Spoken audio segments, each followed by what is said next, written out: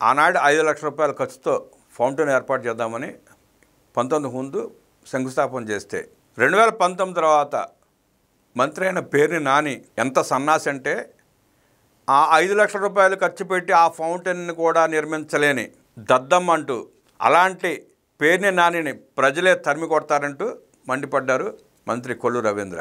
5 లక్షల రూపాయల నిధులు ఖర్చు పెట్టి ఫౌంటైన్ ప్రారంభించలేని అసమర్థపు మాజీ మంత్రి మాజీ ఎమ్మెల్యే పేర్ని నాని నియోజకవర్గానికి చేసింది ఏంటో ప్రశ్నించారు మంత్రి కొల్లు రవీంద్ర.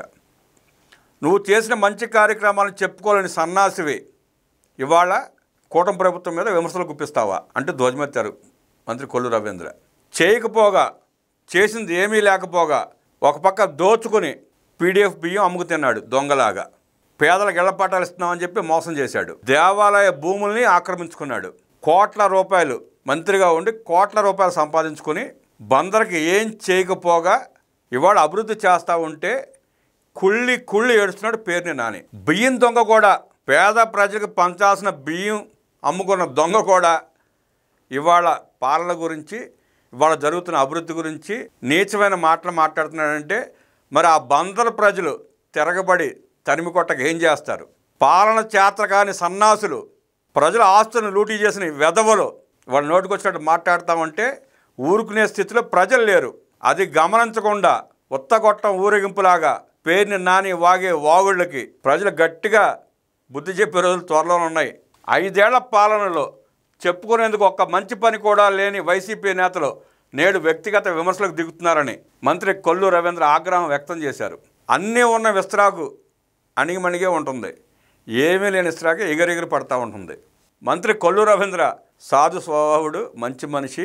పోనీలే గజ్జికొక్కలు మురుగుతూ ఉంటాయి, వాక్కుంటే వాక్కునలేని ఆయన దారి నేను వెళ్ళిపోతూ ఉంటే ఆయన ఊహించుకుంటున్నట్టుగానే గజ్జికొక్కలు మురుగుతూ ఉన్నాయి. గత ప్రభుత్వ హయాంలో జరిగిన తప్పులను ప్రశ్నించే వారిపై వ్యక్తిగత విమర్శలకు దిగితే ప్రజలు తరిమి కొడతారని వైసీపీ నేత పేర్ని నానిని మంత్రి కొల్లు రవీంద్ర హెచ్చరించారు.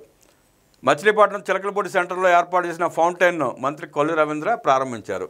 అనంతరం మీడియాతో మాట్లాడుతూ మచిలీపట్నం సుందరీకరణ పనులకు 2014-19 మధ్య కాలంలోనే శంకుస్థాపన చేశామని చెప్పారు. కొన్ని సెంటర్లలో మన సంస్కృతి సంప్రదాయాలు ఉట్టిపడేలా ఏర్పాట్లు చేశాం. చిలకలపూడి వద్ద డ్రైనేజీ ఆధునీకరణ పనులు చేపట్టాం. 5 లక్షల రూపాయల వ్యయంతో వాటర్ ఫౌంటైన్ కూడా ఏర్పాటు చేశాం. తర్వాత ప్రభుత్వం మారడంతో పనులను గాలికి వదిలేశారు.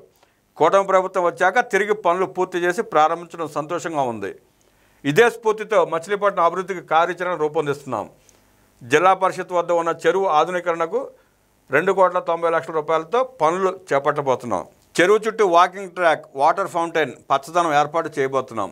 గత ప్రభుత్వ నిర్లక్ష్యం కారణంగా అమృత్ పథకం ద్వారా రావాల్సిన 100 కోట్ల రూపాయల నిధులు మురిగిపోయాయి. కేంద్రం నిధుల్ని వినియోగించుకోవడం చేతకాని వాళ్ళు వ్యక్తిగత విమర్శలు చేయడం అత్యంత హేయమని మండిపడ్డారు.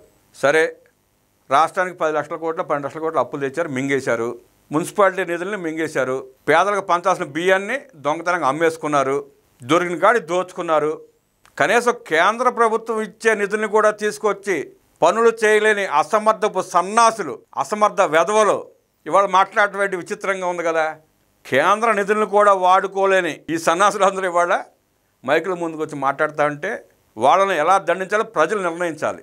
ఆ ఎదవలకి సన్నాసులకి ఎన్నిసార్లు బుద్ధి చెప్పినా బుద్ధి రాదు, వాళ్ళు మారరు.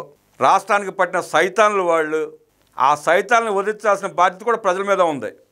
స్పష్టమైన తీర్పిచ్చి కూటమి ప్రభుత్వానికి ఎంత అధికారం అప్పచెప్పినా ఈ సన్నాసుల్ని కట్టడి చేయాల్సిన అవసరం కూడా ప్రజలకు ఉంది.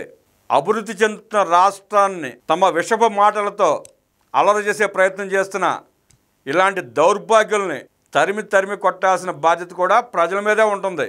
ప్రజలకు మంచి చేయకపోగా ప్రశ్నించే వారిపై వ్యక్తిగత విమర్శలు సిగ్గుచేటన్నారు.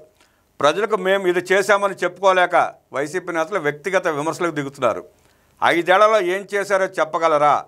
ప్రజలు చిత్తుగా ఓడించినా బరి తెగించి వాగుతున్నారని మంత్రి రవీంద్ర మండిపడ్డారు. సీఎం చంద్రబాబు, నందమూరి బాలకృష్ణ, మెగాస్టార్ చిరంజీవి గురించి మాట్లాడే అర్హత పేర్ని నానికి లేదని హెచ్చరించారు. సినిమా ప్రముఖుల్ని గుమ్మం వద్దనే నిలబెట్టి అవమానించిన వాళ్ళు ఇప్పుడు ఉద్ధరణ చేశామని మాట్లాడుతున్నారు. జగనడి సినిమా టిక్కెట్ల విషయంలో తాడేపల్లి పిలిపించి చిరంజీవి సహా సినీ పెద్దలను అవమానించడం వాస్తవం కాదా? సినిమా ఇండస్ట్రీ మొత్తాన్ని వేధించి నేడు నీతులు మాట్లాడుతున్నారు.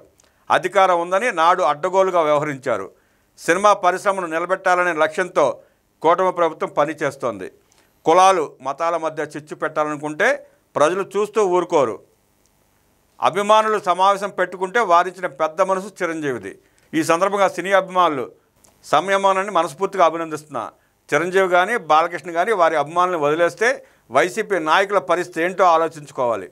వ్యక్తిగత విమర్శలు చేసుకుంటూ ముందుకు వెళ్తామంటే ప్రజలు తరిమి కొడతారు. మైక్ ఉంది కదా అని ఇష్టానుసారం మాట్లాడతామంటే చూస్తూ ఊరుకోం. బియ్యం మాఫియా నుండి పేర్ని ఖాతాలోకి డబ్బులు జమ అయినప్పటికీ సిగ్గు లేకుండా అబద్ధాలు చెబుతున్నారు. ఇళ్ల స్థలాల పేరుతో మోసం చేశారు. నాటి అక్రమాలు బయటపడుతుండడంతో బెయిల్ కోసం పరుగులు పెడుతున్న వారు కూటమి నాయకుల గురించి మాట్లాడటం హేయం. జగన్ రెడ్డి లాంటి 420లను నమ్ముకుంటే నీ బతుకు అంతకు మించి అన్నట్లుగా తయారవుతుందని పేర్ని నానిని మంత్రి కొల్లు రవీంద్ర హెచ్చరించారు. పేర్ని నాని కూడా పెద్ద 420నే. పేదల బియ్యాన్ని దొంగతనంగా అమ్ముకొని ₹1,00,00,000 సంపాదించుకున్న పేర్ని నానిని, వాళ్ళ ఆస్తుల్ని లూటీ చేసిన పేర్ని నానిని వెంటనే అరెస్ట్ చేపిస్తే ప్రజలు మనశ్శాంతిగా ఉంటారు. ఆ దిశగా చర్యలు తీసుకోండి మంత్రి గారు.